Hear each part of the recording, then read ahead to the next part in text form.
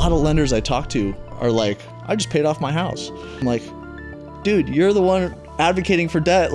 Don't you realize the power of this stuff? Like, why are you paying off your house? Why don't we take that equity in your house and we go buy 5 deals with it? That's going to amplify your wealth growth over the next 10 years, like 4x from just paying off your house and avoiding the interest payment every month.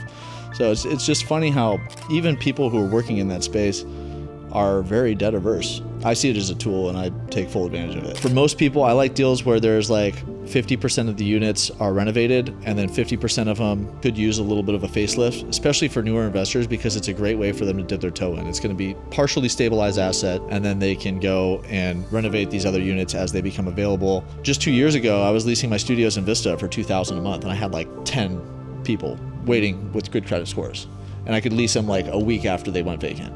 Right now, I just had 8 studios vacant in Vista. It took me like 3 months to get them all refilled. And I actually dropped the price from $2,000 to $1,925. So like, that is an actual like real-time experience of what's going on the rental market. Welcome to the Captain Kurt Show. I'm your host, Kurt Marker, where we talk business, real estate, and building wealth that anybody can achieve a financial freedom lifestyle.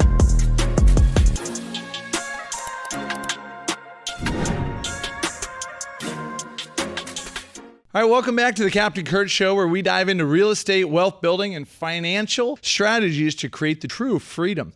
Today's guest is Alexio Barbara, better known as Cashflow Alexio on Instagram, a third-generation San Diego real estate professional.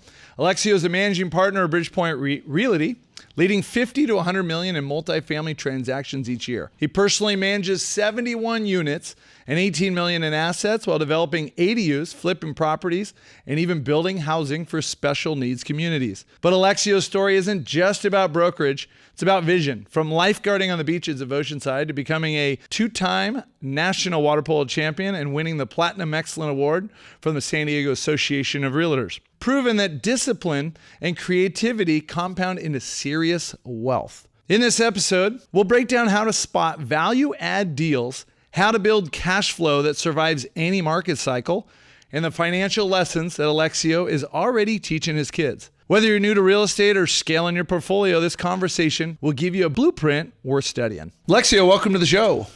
Dang, Curtis, that was a pretty baller intro. Thank you for that. Yeah, I mean, we've been talking on Instagram for years. We have friends of friends. We both played water polo. We both swam. We were both lifeguards.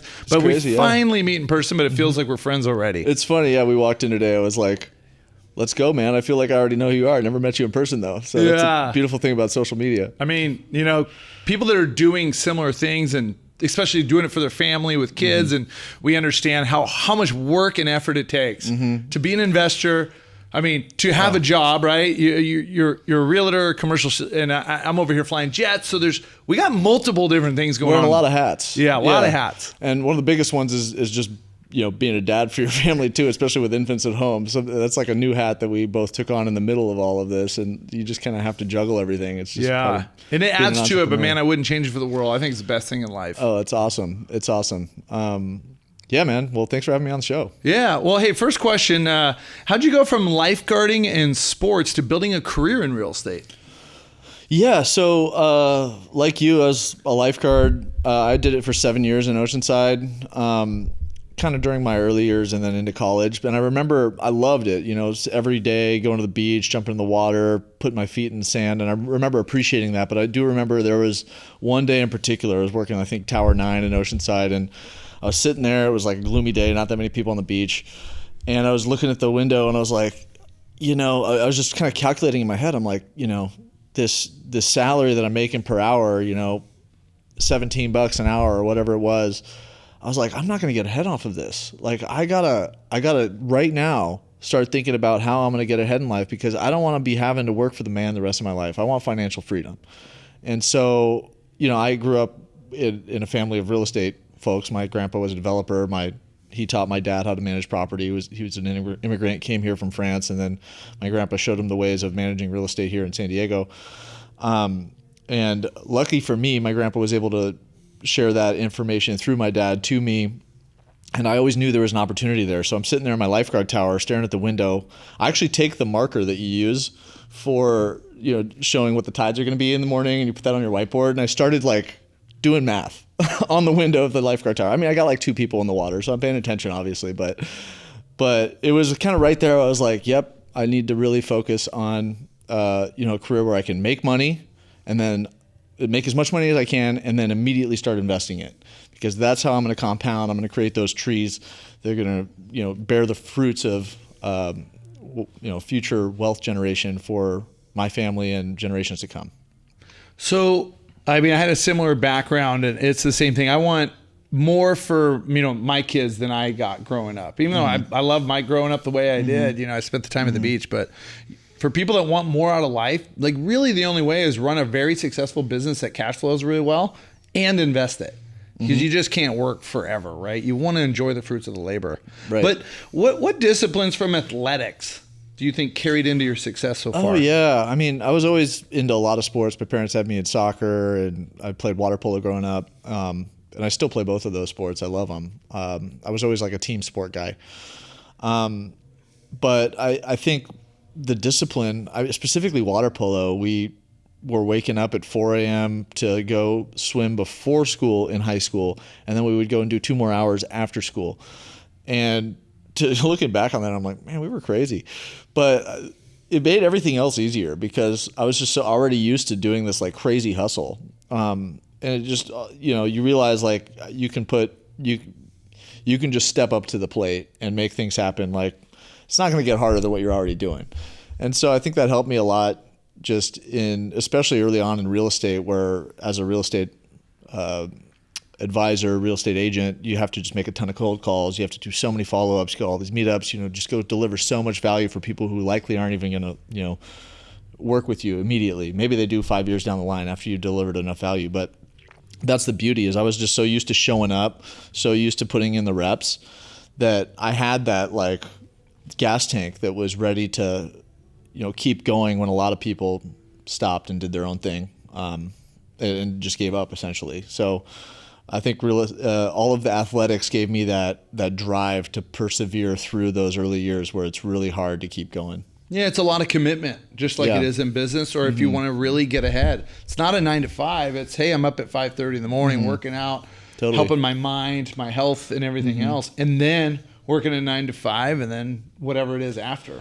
Yeah, for sure. And honestly, we were just talking about this before the pod, but like, I just recently got back. I've been a real estate agent for 10 years now, and there were so many years of hustle.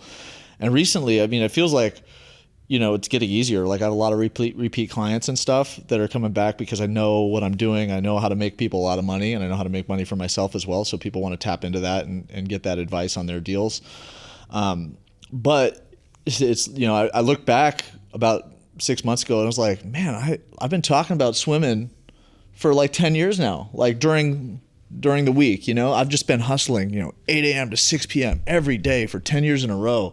And, that's what they say, 10,000 hours is where you become an expert. But then I was looking, I was like, you know what? Like my health is neglecting. I'm like, getting, I'm in my early 30s now. Like I'm starting to like, get a little bit of a dad bod, all that stuff. And I'm like, I don't like this. And so I finally got back into swimming recently, and it's been great. It's honestly like a huge weight lifted off my chest. Obviously, I'm missing like 2 hours during the week where I could be productive, but I'm at a point now where I want to make sure that I'm delivering on my health too. And it's easy to let that go when you're just in that grind mode. Yeah, and I mean, that was similar for me. I don't swim that much right now, but I go through stints where I surf or swim a lot, but then I don't work as hard. And then when work kind of maybe gets too slow for me mentally, I'm like, ooh, it's time to like push now. So it's kind of like a balance overall, and it's whatever's working at the time, right? It's like seasons, I think. At least that's how it is for me. Maybe there's some people out there who are just like very like, they got every area of their life figured out, so they just do the same routine throughout their life. But for me, it's like a roller coaster. Like I just came out of a really hard season where I just closed 3 escrows that were big deals, needed a lot of help over the last 3 months. One of them was a deal I owned, and I was getting the permits done and the construction done to the finish line, dealing with water leaks right at the closing table, had to make sure they got taken care of before the buyers move in. It's all this extra stress. As a real estate operator, you're just dealing with like fire after fire after fire that you're putting out, and it's always something new, and it's like overwhelming at times because there's so many things that can go wrong. Anything from like squatters to water coming down through your can lights or your ceiling, like a waterfall on a brand new ADU you just built. it always feels like it's something new. And it's like, it always happens at 6 p.m. on a Friday night, or like in the middle of the day on a Sunday when you can't get any help. And you just got to kind of do your best to manage the tenants and tell them, hey, look, we're going to do everything we can. Here's a hotel. You got to be a solutions guy. You kind of have to be a hotel concierge in some ways, and that you always got to be the guy with the answer. Yeah. So it's a lot of stress, but it offers a lot of ability to reach financial freedom. And that's, what we talk about on these podcasts, right? Yeah. Yeah. What your motto is, escape the rat race. What does that actually look like in your world? Yeah, it's great. I mean, everybody's probably read the book Rich Dad, Poor Dad, and that talks mostly about escaping the rat race, where you focus on, what is the rat race? The rat race is, us waking up every morning, shaving, going to an office, dressing up nice, working for someone that you don't really like, working for someone else's dream, and just getting a paycheck and going home, eating dinner, and doing it again the next day. Like, it's like a hamster wheel, and I saw that and I was like, that's not exciting to me. I want to be able to work for my dream one day.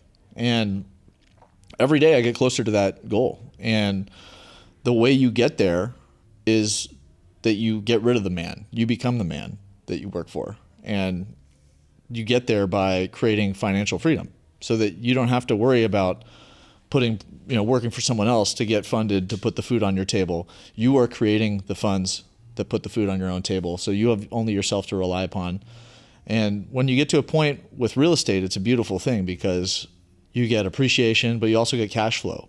If you really focus on it and you have, a 10, 20, 30-year vision, you can get to a point where you are legitimately financially free, meaning the rents from the properties are covering your mortgage, your property taxes, your insurance, and you're left with, if you do it right, you can end up with $30,000 to $100,000 per month in your pocket after a period of time. And that's a nice budget to be working with. You can do a lot with that. You can pay for your own expenses, but also have enough money left over to do what I call R&D, which is like, hey, I have this business idea.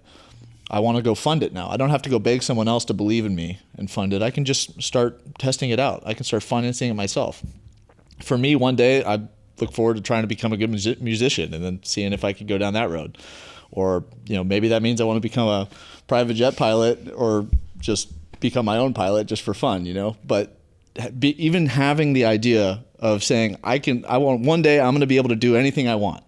That to me is escaping the rat race and creating financial freedom. Yeah. And, escaping the rat race or financial freedom, I should say, is different for everybody. There's people that look at luxury vehicles or expensive hobbies or whatever they're into, or buying a jet. It used to be on my board. It's no longer on my board. Does it sound cool? For sure. I'm a pilot. I'd love to fly myself around, but do I really want to work that much harder to go buy a $3 million jet that costs $500,000 a year? I could just get I could be fully financially free if I don't do that. So I think your mind shifts as you start making more money and making progress, and you kind of realize like how much sacrifice it also takes to get there.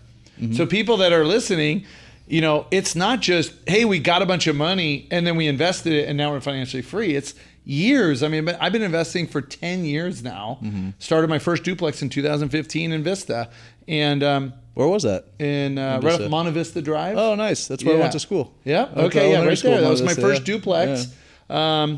And it worked really well. It needed some work. I put a bunch of money into it. I ended up selling that property for a lot of money. Nice. I walked with a lot of equity, and it changed my life. Not just that one property, but that was the springboard to it. So I think it's a big thing for me as I try to educate people. And what I'm learning is I think people have a hard time sacrificing now by not taking the extra vacation, not upgrading your car every 3 years because you want the newer model. Like, those are the things that don't necessarily lead you to financial freedom unless you own some big business and you're cash flowing well. I mean, right now myself, I have too many vehicles. I had a big year the other year and I'm like, I just don't need all this crap. So I sold one car, I'm selling another one, and I'm just getting an average car. Yeah, my wife she's really good about this, like keeping the things in our life down to a minimum, simplify everything, and don't accumulate a bunch of stuff, because while it's cool to have it, it becomes like a weight and it holds you down. It's like glue that keeps you from being able to maneuver quickly. But one thing you said as it relates to the jet, and what I think it's a really important thing that a lot of people, that's why I call myself cash flow Alexio, is because I really focus, to get to financial freedom, I focus on cash flow. To me, that's why I said $30,000 to $100,000 a month. Not like I want $2 million and peace, I'm out, because $2 million can go away, but cash flow comes every month. It's like an allowance. It just keeps coming, and it keeps growing if you keep reinvesting. But you said with the jet, $500,000 per year. That sounds awesome. But now I got to make an extra $500,000 a year in cash flow to break even. That's like $60,000 a month. Like, that's all of a sudden you were making $60,000 a month. You're basically financially free, but now you just golden handcuffed yourself back to the ground because you wanted to have this cool jet or a nice car or whatever it is. So, I always tell people, like, a lot of people are like, oh, I don't want to buy those like nicer, the healthier French fries because they're healthier French fries, the healthier stuff at the store because it costs a little bit more. I'm like, dude, why don't you focus on your rent? Like, why don't you move in a little bit and save $1,000 per month and stop worrying about spending an extra $20 on fries here or there 3 times a month? Because that's going to be more impactful on your actual situation. It's going to allow you to save more. It's going to allow you to plan better for your future. So you focus on the big ticket stuff. I think the rent and the car payment are usually the 2 biggest expenses in someone's life. So if you can try to minimize those or find a way to house hack and bring in a roommate or something like that, that's going to be the most impactful thing versus making a bunch of tiny nitpicky decisions on the little things that don't matter as much. Yeah, I think what you hit it on the head. I read a stat and I can't remember it, but it was like Americans' average car payment is $650,000, but the average income nationwide is like $64,000. So if you did the math, most people can't afford that car payment. They are living check to check. Yeah. So they can say, I can't afford it on paper, but they're struggling to make that payment. And I think, car salesmen and, the advertisers are really great at saying, you need this, you deserve this. And a lot of people think that that's what they should do when they have a little bit of money on the side. I think that's part of our American consumerism, and a lot of people never get the financial education to try to think critically about that. But if you can make the decision on, especially the big ticket items that are reoccurring, like the car payment or your rent or your house payment, to try to minimize that or find a way to, offset that with some income from that asset. Like for your house, for example, if you rent out a bedroom or you build an ADU and you bring in some rent from that's going to lower your overall mortgage payment down. It's going to help you get ahead in the future. It doesn't mean you have to keep them there forever. It just means that it's going to help you save, so you don't feel like right now, for example, my wife and I, I own a bunch of real estate, but I rent the condo that we live in. We're beachfront in Mission Bay. It's an awesome utility for what we pay. We were looking around because I have 2 kids now, and we're like, okay, well, this condo's awesome. We got the beach down there, but we're like disconnected from the sand, and the kids are running around. They're driving us nuts. Like, I feel bad for our downstairs neighbors. Like, we need a yard. So we start looking around, and I'm like, okay, in any of the neighborhoods that we want to live in, even just like $1 million to $1.3 million home, we would be looking at like, I don't know, $8,000 to $10,000 a month in mortgage payment with after property taxes and insurance. In some neighborhoods, it's like $15,000 a month. And if we wanted to rent a house like in Bird Rock, it'd be like we're spending $10,000 a month there too, just on rent. So I'm like thinking to myself, I'm like, okay, so we're going to increase our monthly expenses by $5,000 to have a yard and lose the ocean view and the beach access. I'm like, this is a really hard one. Like, do we really want the yard that bad? And it's awesome because we really had that critical conversation. We said, you know what, this doesn't make sense. But you have to start thinking about every decision you make, especially with the big reoccurring ticket items like that, if you want to get ahead in life. Because that's, imagine that extra $5,000 that we don't spend on our house every month, we can use to go on an epic $5,000 vacation every month and be in this. And I think that epic $5,000 vacation is going to make us add way more to our utility and happiness than having a yard. Yeah, just the experiences you have with family. That's what we're into too. So even if you didn't go every month, like we're trying to do something every 6 weeks, even if it's go to Palm Springs, and we don't drop $5,000. No. Like you can go for $1,000, $2,000. So I agree. It makes up for the yard, right? Dude, I'm leaving tomorrow actually for Yosemite, and we're renting a camper van. $3,000, like all in. This trip is going to be for like 10 days. We're going to Yosemite. We're going to be camping. We're going to be in nature. We're going to be cooking meals out and looking at waterfalls. Like, I'd much rather be able to have the ability to do that once a month and still have $2,000 left over to go invest in real estate, or start building a nest egg that I can then go invest in 6 months into a bigger deal and keep that allowance growing. But that's the way, real estate folks' minds are shaped. And if you're trying to escape the rat race and you wake up with that thought every single day, this is how your mind will evolve as well.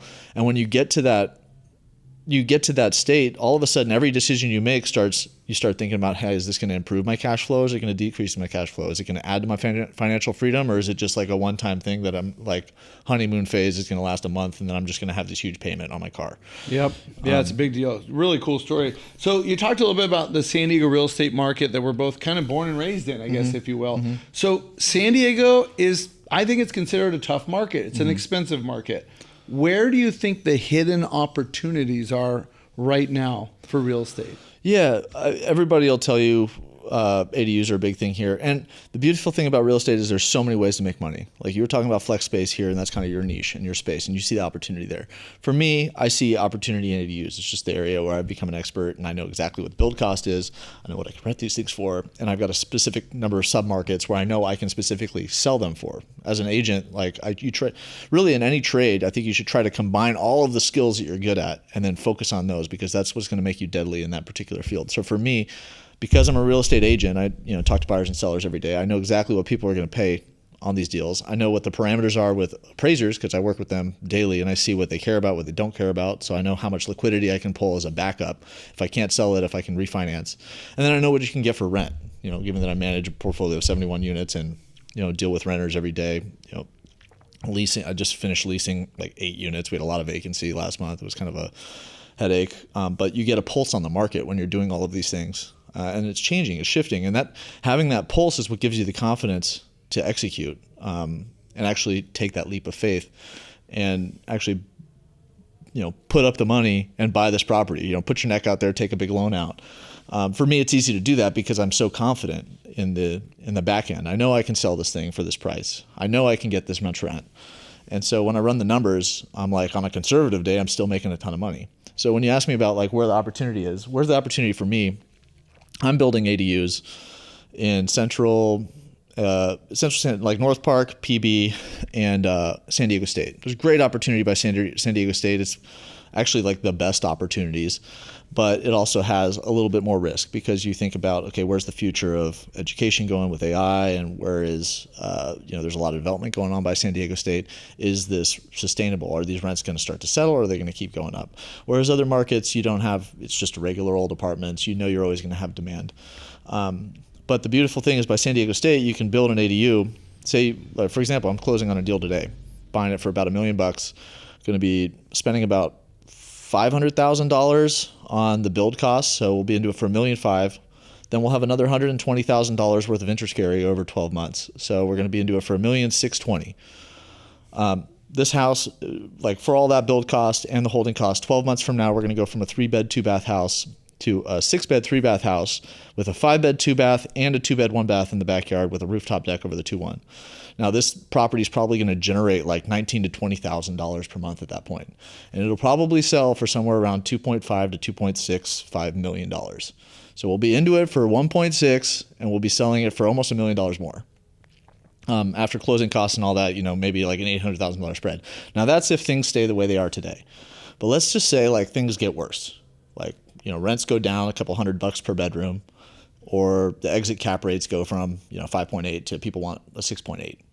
Well, now we're looking at selling it for $2 million, but we're still like working with a sizable profit there of like $300,000. That's the beauty when you ask me about like opportunity in real estate. I think you have to, in this market where interest rates are so high and it's hard to cash flow and pencil the numbers, you have to be adding a ton of value. You have to be building in value because you have to create that buffer in case things go south. It was so easy in 2020 to 2023.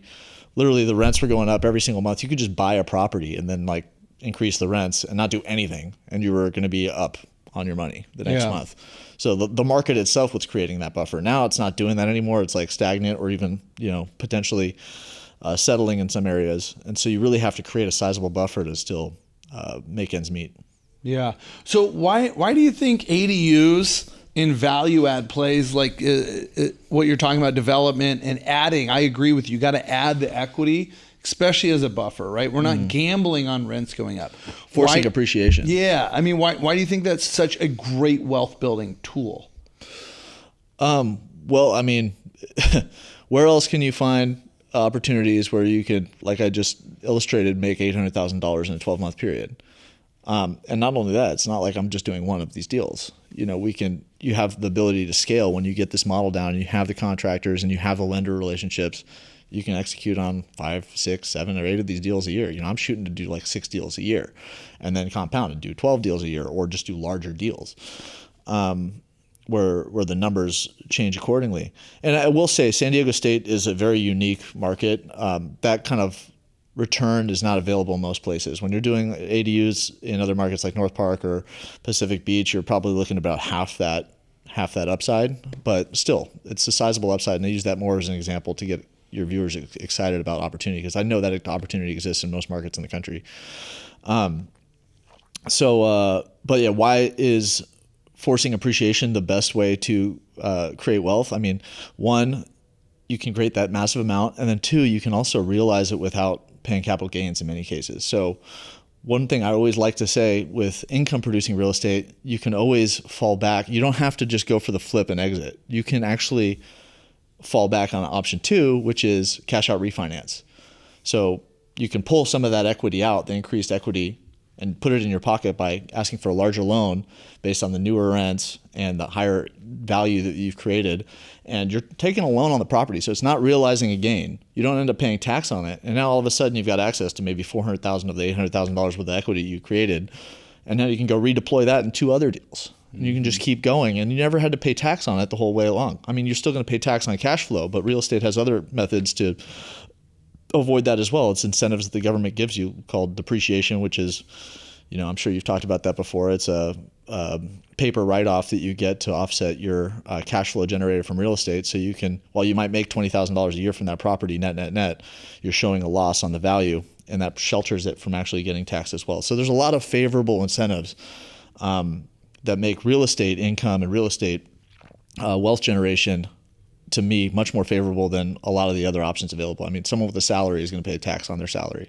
Someone selling stocks is going to pay short-term capital gains on their stock earnings. So you can avoid a lot of that with real estate. So if a listener right now, let's put yourself in the listener's shoes. They have $100,000. Where would you deploy it if you only had $100,000 right now? Well, I get that question a lot. Everybody's like, send me the best deal. And I'm like, well, the best deal is different for everybody.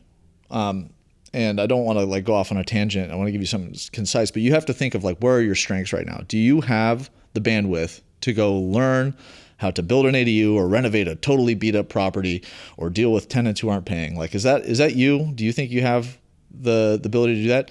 If you do, that's the best opportunity for you. You're going to go find a duplex like you found on Monte Vista that is totally beat up, and you're going to have to go and fix the plumbing. You're going to have to go and fix the roof and do all these things and problem solve and figure out real estate and learn real estate if you've not done it before.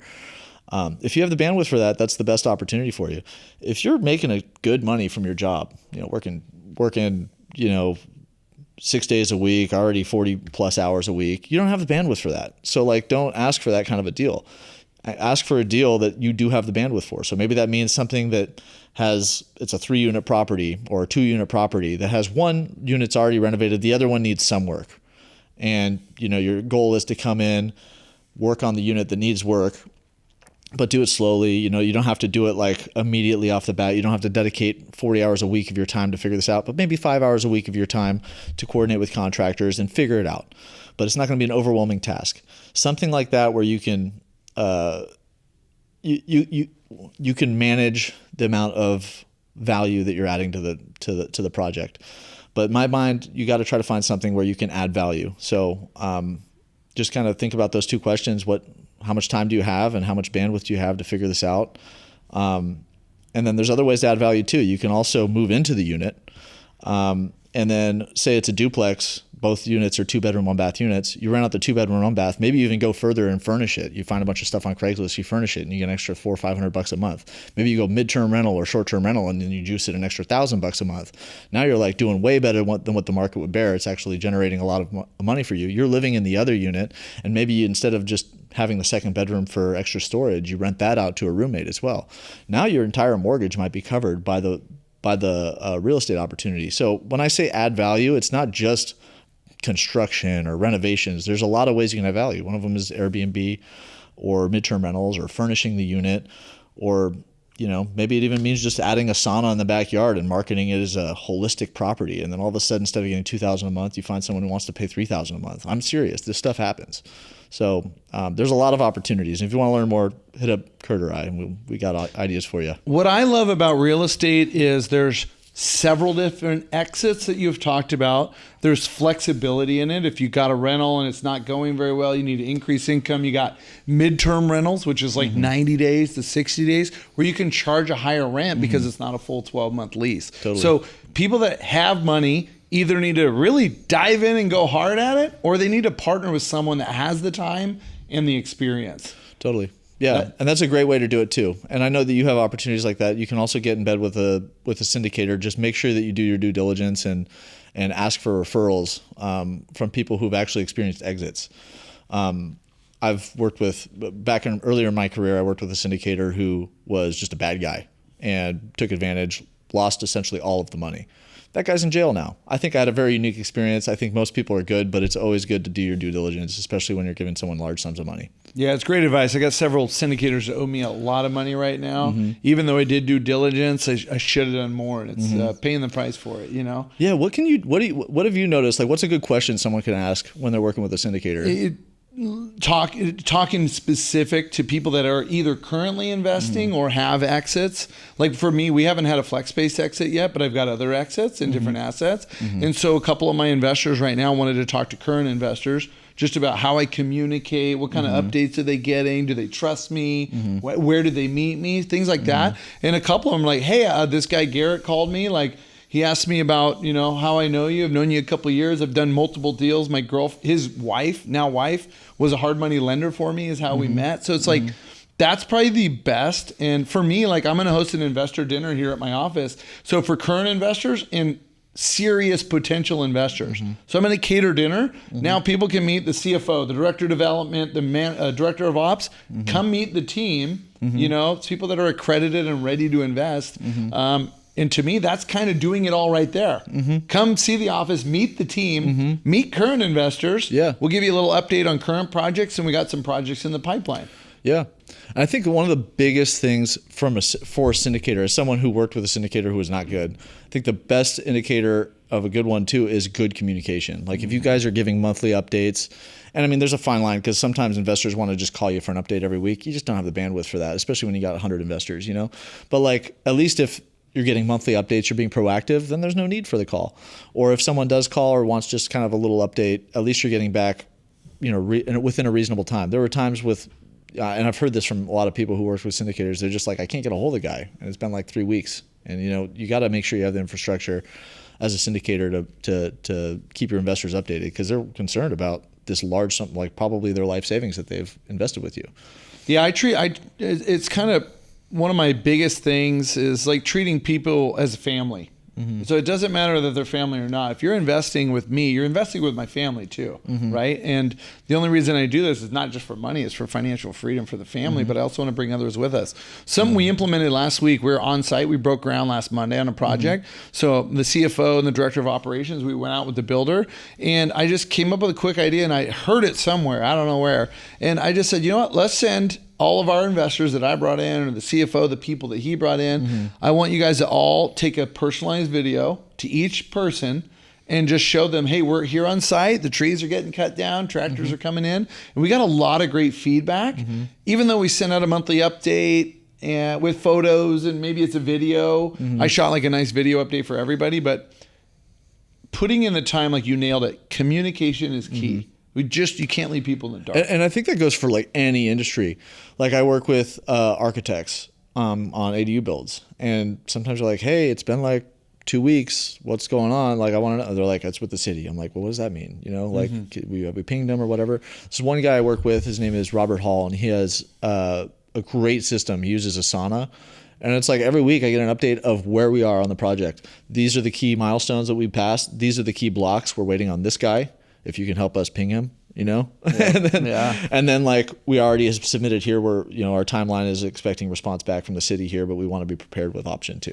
And it's like a really great system. Every week it comes out. And, you know, I've started using Monday. I just hired an assistant to try to help simplify my life so I can kind of get back to keep swimming and be with my family. But that's something we're trying to implement, is just improving communication. For me, that goes with deals. You know, investors want to know, hey, you've listed my property. What's the activity like? You know, trying to implement a system where it's like weekly, we give them updates on the activity and, you know, what the feedback is.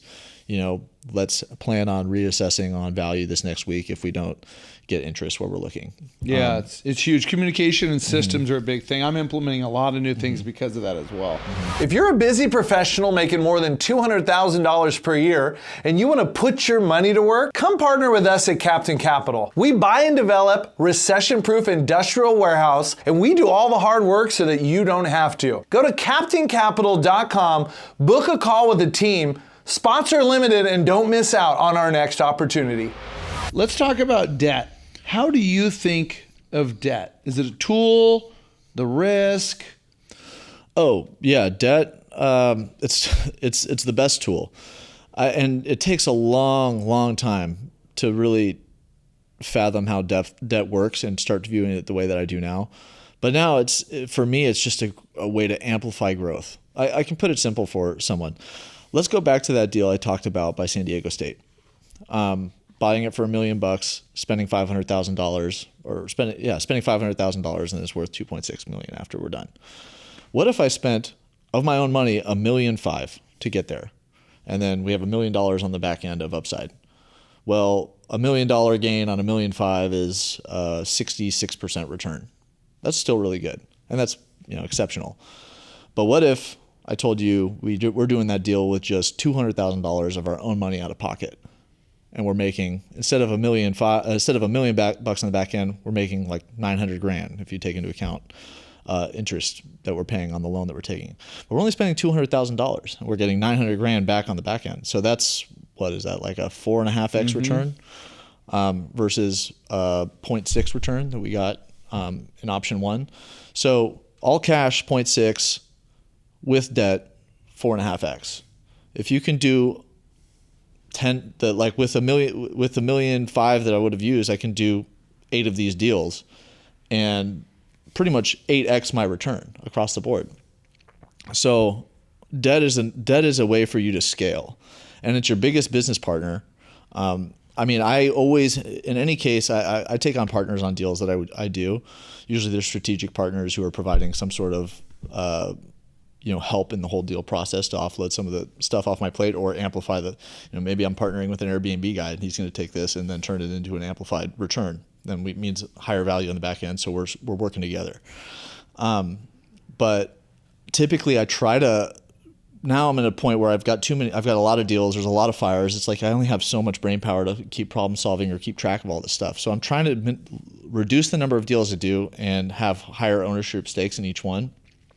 The easiest way to do that is to work with a lender who will give you more debt, because then the equity requirement on the front end is smaller. So you don't need as much equity. You don't need the partner in many cases. And that means that you can realize more of that profit on the back end yourself. So I love debt. I know a lot of what fun little tangent. I don't want to get too far off, but it's funny to talk to lenders, because a lot of lenders I talk to are like, I just paid off my house or like, I just paid off this property. I'm like, dude, you're the one advocating for debt. Like, don't you realize the power of this stuff? Like, why are you paying off your house? Why don't we take that equity in your house and we go buy 5 deals with it? That's going to amplify your wealth growth over the next 10 years, like 4x from just paying off your house and avoiding the interest payment every month. So it's just funny how even people who are working in that space are very debt averse. I see it as a tool and I take full advantage of it. Yeah, it's really smart. They say debt's always going to be cheaper than equity as far as partnership or anything like that. So I like debt as well, and always trying to figure out how to get more debt for cheaper. Because Right. that's how you scale too, Well, right? and there is a big asterisk and caveat. You have to know what you're doing with the deal, because if you make a mistake, you can totally lose it all. Yeah. If you're too over leveraged. So you can only be super aggressive like I'm being with debt if you're very experienced and know what you're doing. So you just went over one of your best deals that you're currently doing. It sounds fantastic. Let's talk about the toughest deal you've taken on. What is the toughest deal you've taken on, and what did it teach you? Oh man, I've got a great one. That was actually the biggest learning lesson for me. I've talked about this on other podcasts, but I call it Naranja University. There's this 5-unit that I bought in 2020 east of downtown, and it's in a rough area. It's near the Four Corners of Death in San Diego. That's what they call that area. It's off Euclid and Market. 92114 in Canto. And so this property was super. We got 5 3-bedroom 2-bath units for $1.1 million. It was on paper amazing deal. Large, like 12,000 square foot lot. I was like, there's a lot we can do here. We got parking, we've got big units. I know that these things will rent for a good price. I can just go and renovate all of them. So all of the tenants are living in a terrible living situation. We remove all of them. That was not easy too. Some of them cooperative, some of them didn't. We offered them cash for keys and whatnot to get in there and then renovate. Started renovations. We renovate 2-3 units, but then I didn't think about this, but we vacated the entire property, and it's in a rough part of town. So renovations are going on. All of a sudden, it's like the guys are coming back. They're like, hey, all our tools are missing, and someone stole the vanity. Or someone took the front door. Like what's going on? And I'm like, this is not something I've had to worry about before with other remodels. And then, the word travels fast. If they find out that there's empty property, all of a sudden there was like every night people coming and tweaking out, like breaking through. I was like, oh, this is getting out of control quick. Because the property was vacant, there was no one there to call the cops or anything. Like it was like a party for vagrants. So we had to hire round the clock security. It cost us like $10,000 a month. And the security was like, hey, this is too gnarly for us. We don't even want this. So I went further and was talking to contacts who were, ex-military, and they were like, oh dude, we'll sleep there. We want to beat some people up. And, I don't know, after $15,000 a month for a couple months, we finally finished the project. And I was like, I got to get these things leased now. And then got people moved in. So that was one phase of it that was hard. And it was just, it's so unsettling when people are in your property. Maybe they're going to burn it down. They're doing drugs presumably there. And I just spent a bunch of money here. I hope they don't destroy what I just, built, the piece of art that I created. So that was a big learning lesson. Don't vacate properties entirely. Try to always keep at least one tenant in there, because it's free security. Instead of paying $15,000 a month, I'm making $2,000 a month, and I've got someone there who's going to call the cops if someone shows up. And then we built 5 units in the garages there, and it took me, we applied for those permits in 2020, and I didn't finish that project until 2024, middle of 2024. The permitting process, it was one of the first ADU builds in San Diego. We converted 5 single car garages into 5 studio ADUs, tiny little ADUs, but micro units. They're affordable housing. But that kind of return, I was on paper, this is going to be great. I didn't expect it to take 4 years to build it, though. They said it was going to be 6 months and then 6 months to build. So it took 4 times as long as we were planning. Ran into everything from first we submit the plans and they're like, oh, you need MEP now because there's more than 2 units touching. I was like, oh, okay, this is great. And then I shouldn't have done all gas for those. Getting new gas meters in California is a nightmare. And then passing all of the regulations with that. And then we had to bring in a new water line. So then it was originally we wouldn't have to do that, but then they changed their mind and said, okay, no, we need you to do this. We need you to put a backflow device. You learn about all this stuff that people are what is a backflow device? I mean, you learn about that going through these headaches. And then during that time too, there were people breaking into those units. So it was just, I got a really good. Now, the beautiful thing is that now I'd still deal with crazy stuff coming out of left field all the time, but I've gained the confidence to know that I have the resources and I know how to react in those situations. It's not so much oh my God, devastating. I got to stop everything I'm doing and only focus on this devastating thing for the next 3 days. It's oh, okay, cool. Let me call this guy. He'll go take a look, and then we'll reassess it later. You just get way better at dealing with stress as you go through these critical situations. So that's why I call it Naran Hall University. I learned a ton there, and it's what gave me the confidence to be able to execute on 8 ADU deals at the same time today. You don't get that. Another big thing is I always say, like, just you got to try stuff, because you can analysis paralysis and just end up never doing anything. But if I had just not taken that deal, I was a little scared about, but I'm so happy I did it, because it opened up the door for me to, like, create so much wealth so quickly at this point in my life. I wouldn't have had that confidence if I hadn't gone through Naran Hall University. Yeah, you definitely. Speaking of the devil, I had a 4-unit in Houston. Mm-hmm. It was vacant, middle of the remodel. It was a major remodel. Mm-hmm. Middle of the remodel, I think drywall was either just in or going in. So I mean, HVAC was in, electrical, plumbing, and we had a homeless man break in and burn down our house. So my partner texts me one morning or calls me. I'm like, whatever, and he sends me a photo, and I'm like, that looks like our fresh exterior, but there's burn marks all over it. And the fire department's there.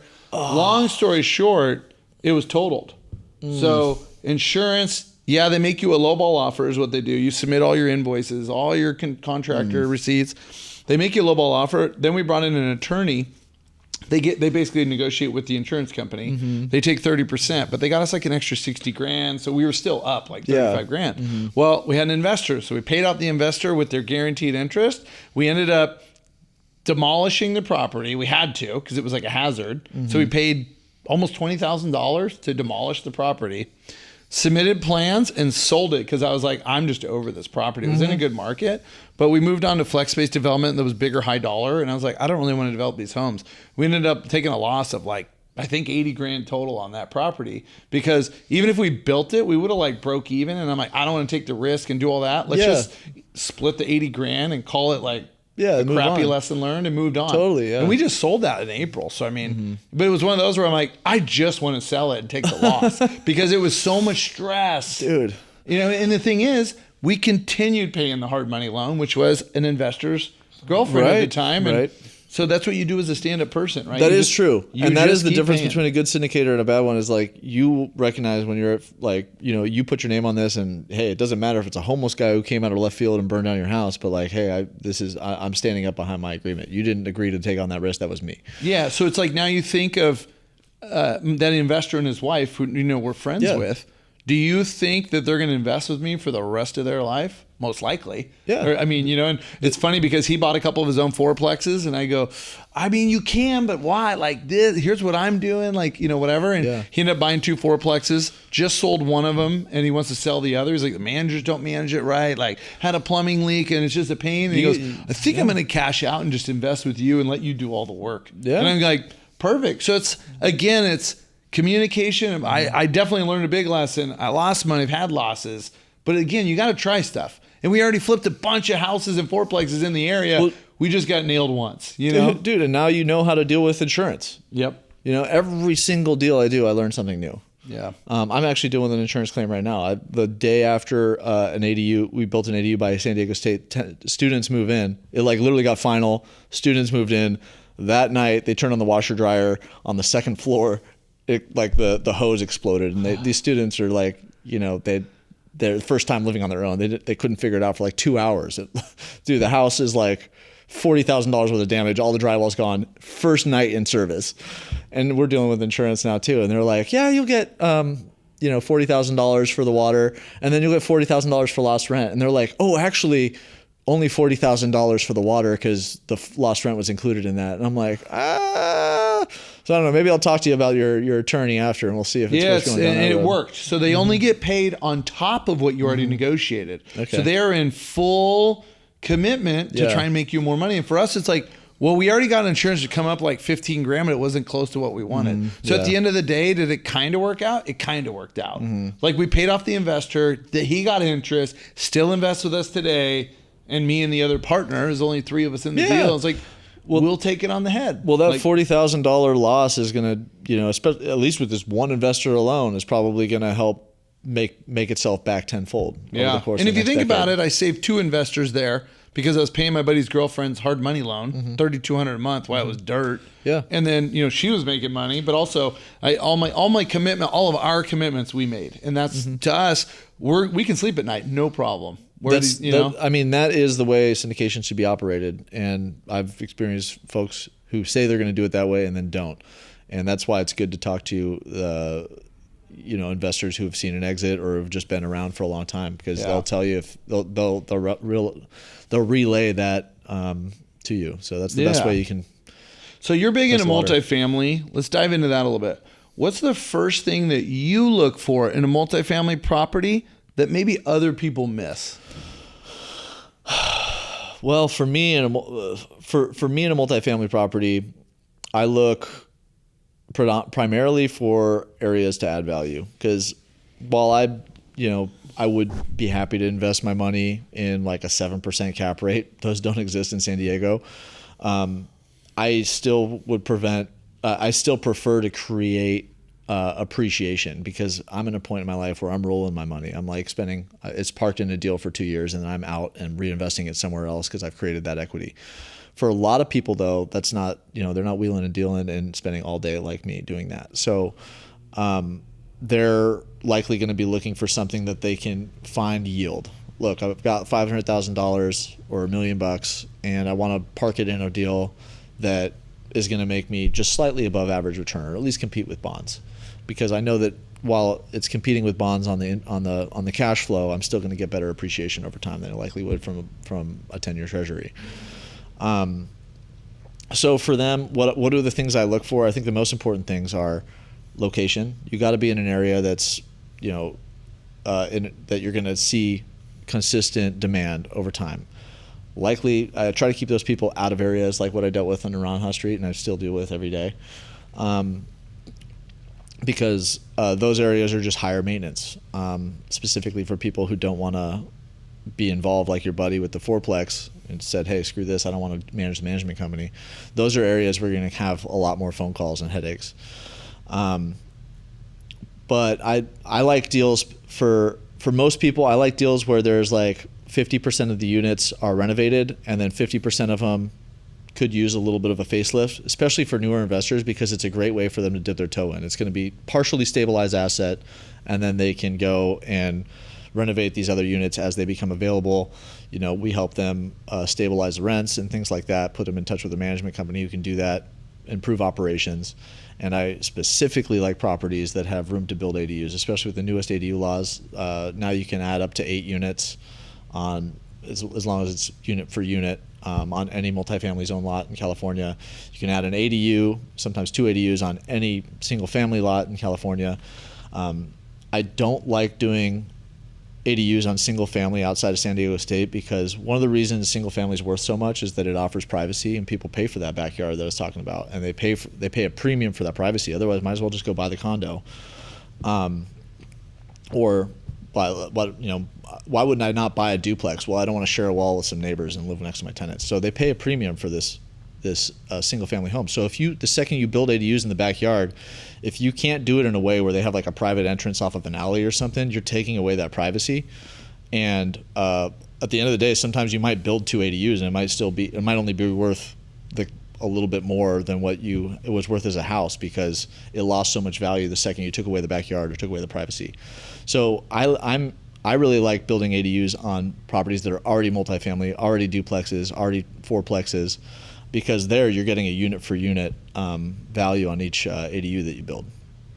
I like it. I love it. I'm building an ADU right now, but it's for grandma to move in, and it's like something where we'll never rent out to someone we don't know. It's going to be a family member or something like that.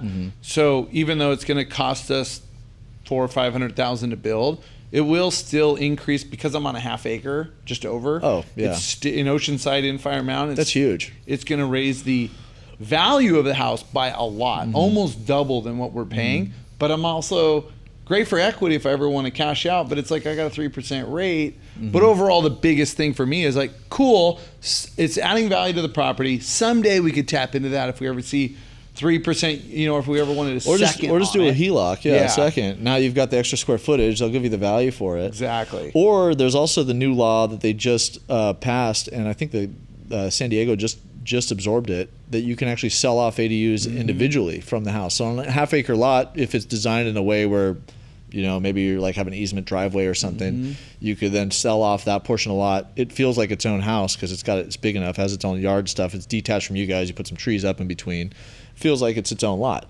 And now if you sell your own detached house in Oceanside, it's worth a lot more than the cost of that ADU to build. Yeah, that's exactly right. It's got its own entrance. It's like a 10-foot walkway. Probably put like a carport at the front. I mean, like I said, my girlfriend's mom's moving in for now. Yeah. But 10, 15, 20 years, we move or do options. whatever. Yeah. Got a lot of options. And that's exactly what we're designing with the architect and the engineer.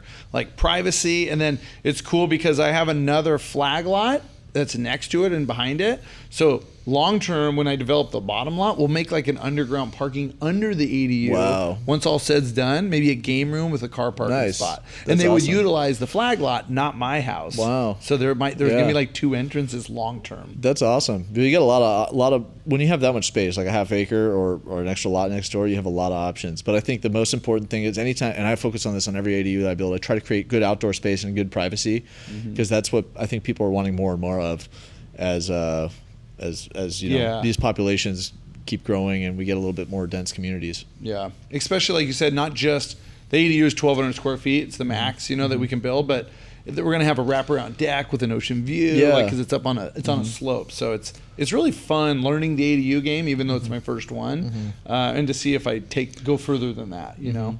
Yeah, one big tidbit that not a whole lot of people know is that whole 1,200 square foot law. Everybody knows that, but the way you get around that, what I'm getting around it by San Diego State, is we're actually creating 5-bed, 2-bath ADUs out of the 1,200 square feet. So it's a tiny little kitchen living room, but then we create a rooftop deck over the over the other 2-bedroom, 1-bath ADU, and then it has like a roof enclosure. So it's like an extension of the living room, but it doesn't count towards your 1,200 square feet.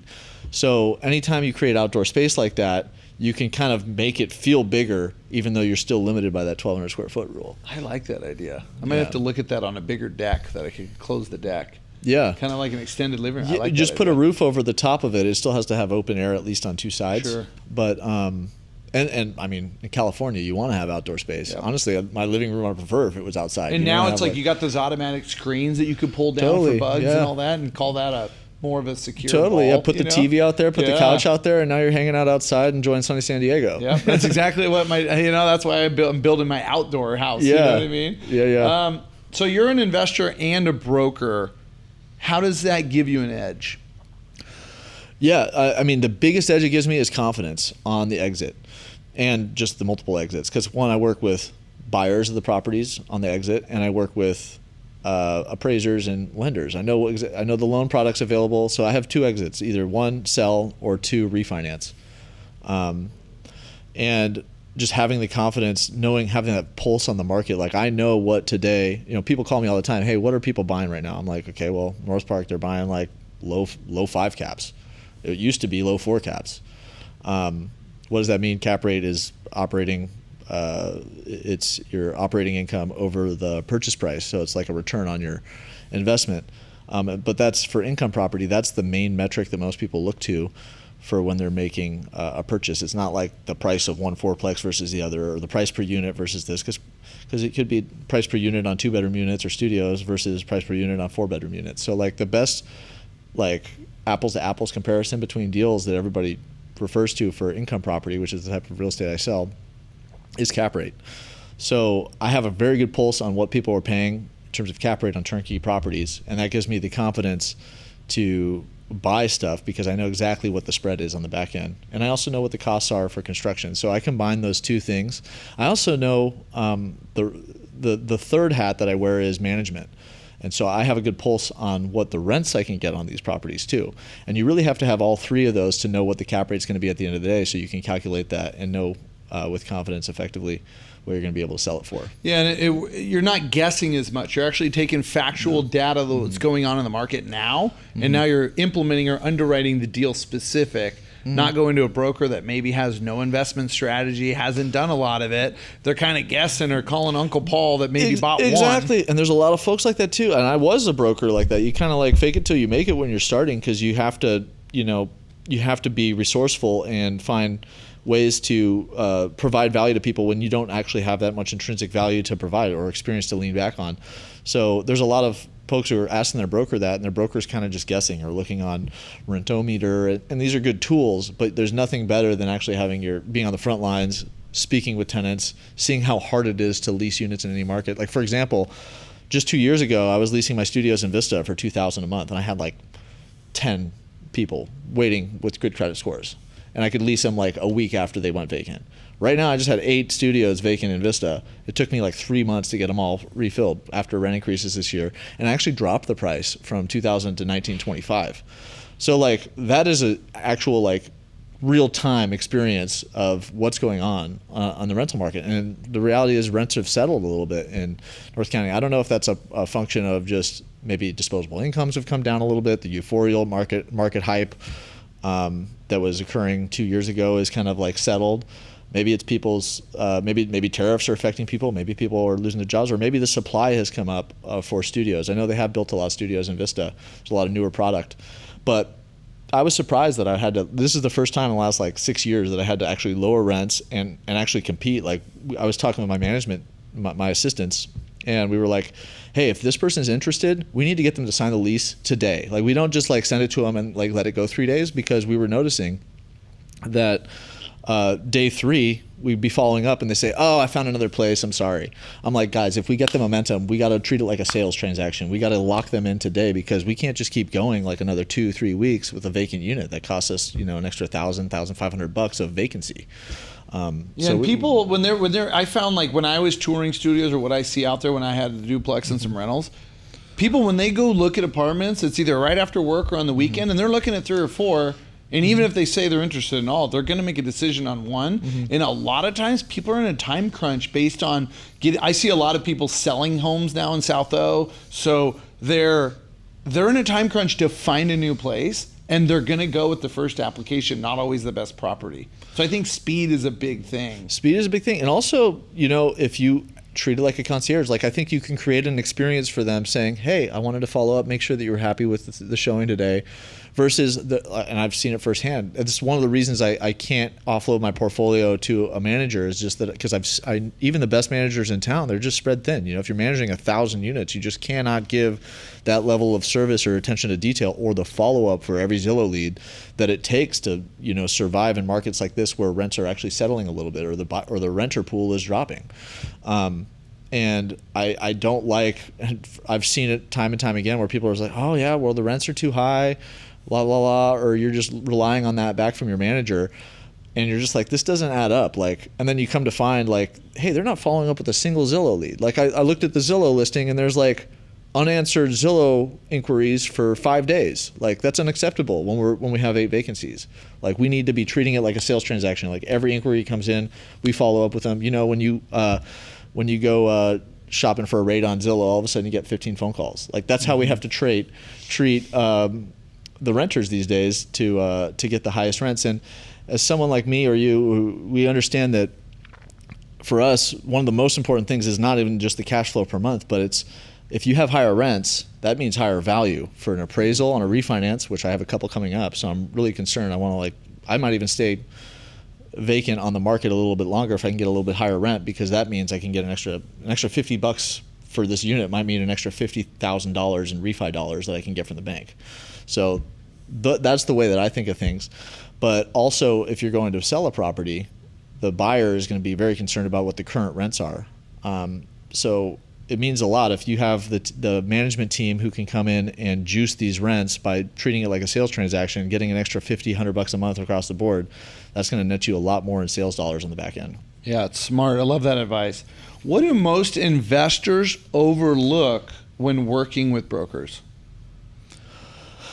Well, I think the biggest value that I bring today is just the 10,000 foot view of a situation, because a lot of brokers just don't come at it from an ownership perspective or a property management perspective, or having dealt with insurance perspective, because they just haven't had they haven't been through the experiences that more seasoned brokers have. the funny thing in real estate is that once you become a very seasoned broker, oftentimes you just shift completely. Like you're watching me shift a lot more to the ownership side, and oftentimes they kind of retire from brokerage altogether. So it's kind of a unique field where you never deal with too experienced people. They're like most of the time the experienced folks transition to becoming owners, and then now you're having to switch and work with someone who's newer. So as an owner, I think, or someone looking for a broker, you want to try to find someone who has ownership experience, who's has management experience, because being able to approach a situation, if you're looking at a deal and you're working with someone inexperienced, you might not realize that, hey, did you notice that there were 8 people in that unit upstairs and there was trash everywhere? Like, I think that if our goal here is to reposition this property, we might have a problem tenant up there that could cost us not just 1 month and $2,000 cash for keys. We might end up having to pay that guy $10,000 and wait 8 months in an eviction to get them out, and that's going to change our numbers dramatically. You only get that kind of high level view after dealing with it yourself from experience, or looking at the slab and saying, I mean, obviously you hire inspectors and stuff, but you can notice, hey, is this place on a crawl space? Are we going to be able to rerun the plumbing easy, or is it on slab? And we want to move bathrooms around. This is going to be a nightmare to saw cut all this concrete, and it's going to increase our build costs. So working with someone who wears a lot of hats, from construction to management to sales to ownership, you're just going to get a much more well-rounded advice. Yeah, and I think if people are either new investors or experienced, they could be experienced investors in a new asset class. When I switched over from fourplexes, mobile home parks over into flex, it's a different asset. Even though I studied myself, when I started interviewing brokers, I chose a broker that this is the only thing they did was industrial, single tenant, or flex, right? And they also build it, so it's and they manage it. So they broker it, buy and sell land. They are involved in the full development process, and they sell or lease the units. So even though I did a lot of research, they're coaching me on, hey, these are the tenants you don't want. These are who we don't. And even last week, meeting with my broker on our development site, we looked at one that was a project that he just finished. And I go, cool. And I saw the beginning of it. So now I saw the finished project. And he's like, I'm like, hey, so why is it not full? I think it's great that you're 50% full and you're almost at your occupancy, which is great for a certificate. So I'm like, man, if mine's 50% sold when we get our certificate of occupancy, I'm pretty good with that as far as the bank finance and the carry. But he goes, yeah, well, we've had a lot of tenants that we've turned down. I actually like hearing that because he's going to be my broker, right? Is my broker. He goes, yeah, we had a lot of service companies that they kind of set up 2 parking spots per flex space in the small flex, right? Well, he goes, a lot of these companies have like 6 vans and the 2 could go in the garage, 4 are outside in parking spots, taking up more parking. Then the employees are going to drive their own cars into the lot. So now you got 4 to 6 personal vehicles and then 4 vans. Now you got 10 of your 32 parking spots taken up. Do you think they're going to make other renters and tenants mad? So he's turning away good companies. But I like this strategy. And again, it comes back to they wear multiple hats. They are not just a broker. And that's huge. It's huge. Yeah. I mean, they are helping you avoid mistakes that would be very costly. A good broker should have the experience and the confidence to help you make your investment a grand success, and overcome, and have that foresight to avoid a lot of these issues that you might run into. Because Curtis might come in and say, hey, great, we can be 100% occupied by the time I'm done. I've already got 2 people interested. And then come to find out later, all your parking's eaten up because it's a service company, and you didn't say, that broker already went through the process of the headaches and stuff and helped you avoid that challenge you would otherwise run into that would be very costly for you on the exit. But maybe you end up losing the good tenant, the good 50% tenant, because you ended up with this service company who's kind of messing up all your parking situation. The whole reason I'm into that is because I want triple net 3 to 10 year leases. I want less headaches, right? And so, like you said, 100% full, great for investors, great on the finance. But if it's a problem child property, now all of a sudden I'm running another mobile home park that I got calls every single day that I hated. Exactly. So I'm not getting my That is freedom. the case in point about what people fail to look at with a good broker. You need someone experienced to have the foresight to help you out. If they don't have the experience, you can't trust their foresight. Yeah, I love it. All right, a couple more and then we'll wrap it up. So I've seen on your Instagram you've helped a lot of clients like 1031 properties. I haven't had a 1031, but I have a meeting with a guy I met in my mastermind that's all he does. And my plan is to use it moving forward. But what is the biggest mistake people make when trying to do a 1031? What's the biggest mistake? I think the biggest mistake is just thinking it's going to be an easy thing. You know, it's funny because for 10 years I've been advising on 1031s. I actually am just now, today, completing my first personal 1031. And in going through this process, it really, you know, you could advise all day, but when you go through it yourself, you really you learn about some of the nuances. And one of the biggest mistakes people make about 1031s is they don't address the idea of the 1031 until they're under contract. Really, to do a proper 1031, you have to think about a lot of things. Are you in a partnership? Are you going to want to stick with that partner on your 1031? If so, things are a little bit easier. But if you want to split off, you have to make sure that your entities are organized the correct way ahead of time. Oftentimes, you're really, for the IRS, you're supposed to do it at least 3 months before the sale, before you're even under contract, so it doesn't look like it's a for sale event. So what does that mean? If you want to split off, say you're 50-50 owners of an LLC, you would want to do 50% TIC Curtis Marker, 50% TIC Alexio, and then we're going to go our separate ways on our 1031. But if you do that, if you wait until you're in escrow to make that decision and you're doing it 5 days before closing, I might have done that recently, you expose yourself to IRS risk. So you really need to be thinking about it before the sale and not making that decision in escrow. And then you have to work with, just the same way with brokers, you have to work with an experienced 1031 professional who can give you, foresight and advice on on obstacles you personally might be looking at for your unique situation. And then obviously you have the 45 days for identification. And the best thing you can do is try to identify property before you're even sold. What we do as brokers to try to help alleviate that concern for clients who are doing 1031s is we try to build in extensions to the sales contract, because that 45 days doesn't actually start until the date the property sells. So say we haven't found a property you want to purchase yet, we'll just exercise a 30-day extension to push out the close of escrow. The buyer's already committed.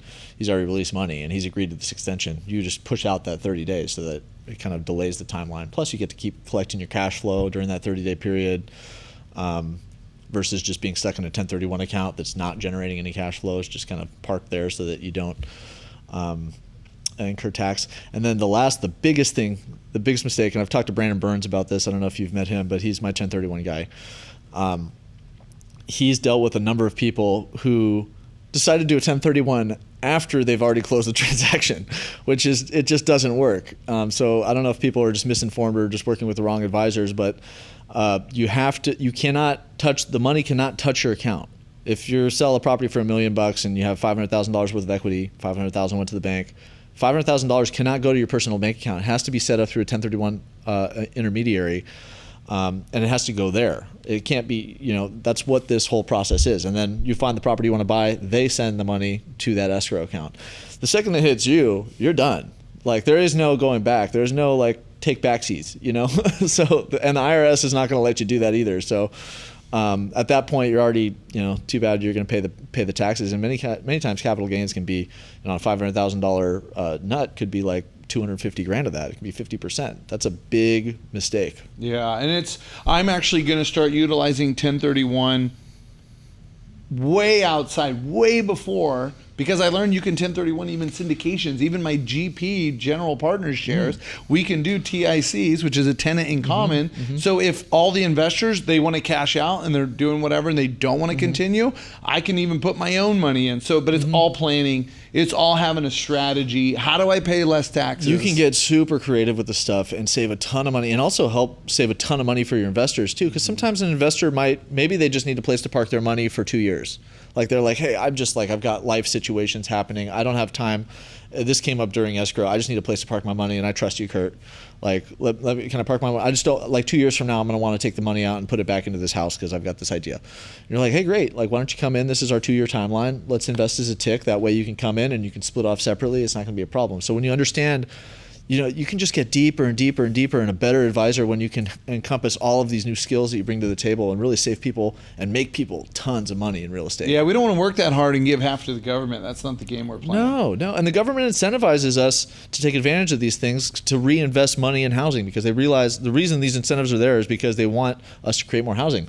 Why do you think they want that? Well, what's the problem in San Diego right now? Got a major housing shortage. Yeah. We've been talking about it for 10 years. And the only thing helping out with it is not their rent control or any of this other crap that doesn't do anything but band-aid the issue and create a bigger problem down the line. The only thing actually helping the housing situation is people like you and me who are building ADUs and building more housing. Yeah, that's well said, and it's very true. Let's shift gears while we wrap it up. But you're already teaching your kids about money. What are the top 3 lessons you want them to learn? Okay, this is a great one that I think is just a lesson in general about, I don't know if I have 3, but I got a couple good ones. Sure. The biggest one that I have for anybody, and I definitely want to teach my kids, they're still 2 and 6 months, 2 years and 6 months old, so there's not a whole lot being taught at this point, but it's delayed gratification. Mm-hmm. Delayed gratification is what creates millionaires and billionaires. Like, people aren't, the lotto, the people spending a ton of money on the lotto, I mean, how many millionaire and billionaire lotto owners do you know? It doesn't happen overnight. You got to have consistent vision for decades to really achieve financial freedom, and that's delayed gratification. It means you can't have that car payment that's $6,500 we were talking about. It means you can't have that. Once you get to a certain point, you don't buy that private jet that's going to cost you $500,000 a year, even though you can technically afford it. You want to delay. You don't buy that house that's going to cost you $12,000 a month and golden handcuff you to the same job for the remaining part of the rest of your life because you don't have any money left over after all expenses each month to save anything to even plan for a financial future. You got to make consistent, smart decisions with your money. I'm delaying gratification of having a yard or living in that beachfront house right now. I could probably afford it right now, but it would be the golden handcuffs. Instead, I'm living in a condo that provides most of the utility that I need, and it also allows for a huge amount of money that I would otherwise be spending on that mortgage payment to be saved and invested in assets, which will increase my cash flow over time and create that financial freedom for the future. So delayed gratification, be smart with your money, especially the big ticket expenses that we talked about earlier in the podcast.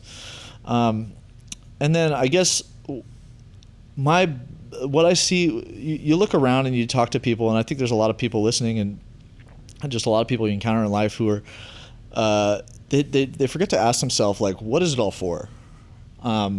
Like, what do you want to, like, why are you working so hard? What do you actually want one day? Like, why do I want financial freedom? Why do you want it? For me, I mean, I want to move with my family to Europe and have the ability to play guitar every day, work with create special needs housing, which is another passion of mine. And then, I'm sure that I'll have other business ventures that can contribute back to society, and I want to be able to have the freedom to do all those things and pursue all those things, and do that in a place that's exciting for me, which for me would be another country, and switch things up. Like, what turns you on, and then remember every morning, like, what is the goal, and that's going to help you focus on the first 2 things that I said. So have that grand vision and pursue it. Don't settle for a regular life where you're just stuck in the rat race the whole time, and then one day you die and you wonder what you did. Man, I love it. You answered a couple questions I had, which is awesome. I love it. We'll just dive into the last question before we wrap it up. What are 2 books that have made the biggest impact for you that listeners should read? 2 books. I think one of the biggest ones I had was Man's Search for Meaning by Viktor Frankl, and I read that one in college when I was kind of still finding myself and figuring out what are we doing here, and you kind of go down this existential rabbit hole, or at least at my school they did. They forced us down existential rabbit hole, which was important because it forces you to ask the question, like, why? Why are we doing this? What is life? Like, what's the point? It goes back to my last answer, and Man's Search for Meaning is about a guy who is in an internment camp, I guess a Holocaust, a guy experiencing the Holocaust. He's in one of the camps, and he's finding a way to still put smiles on people's faces every single day, years into being there. And it also talks about just, what kept these people going? It was so miserable. How did they wake up every morning and say, I want to keep waking up, and I want to keep starving every day, and I want to keep doing all these crazy hard labor tasks that they're giving us. And it asks you, why? What was keeping them going? And The main thing that came out of it was that I took from it is that in any given situation, whether it's, your property got burned down by a homeless person, or I've got waterfalls coming through the ceiling on a brand new ADU, you have two ways to react. You either look at it as, oh my God, it happened to me again. Like, I'm just gonna throw my hands up. Like, this, I just can't catch a break. Or you can say, hey, you know what? Like, I can handle this, and this is a great opportunity to learn something new. Now you know how to handle an insurance situation. Now I know how to handle water mitigation on a property, and how that works with insurance. And I'm way more capable of and confident to take on more deals like this in the future. And that's the way that I try to approach every challenge that comes my way, is controlling the attitude of which you look at it. And that's how they did it in A Man's Search for Meaning. So that's about the only book that I want to recommend. Yeah, I like it. I love it. Well, hey, thanks for your time. Where can people connect with you? Best way to find me is Cashflow Alexio, at Cashflow Alexio on Instagram. You can shoot me a message there, or find me on LinkedIn, Alexio Barbara. Happy to help you any way I can with San Diego real estate, or just tossing around ideas on how to improve your wealth growth over the next decade. Well, I loved it. Yeah. You dropped so many gems that we'll have to do it again in a few months when you get some more projects going. And For sure. I would like to talk about the housing that for special needs and things next visit. So Yeah. we'll have to run it back in a few months.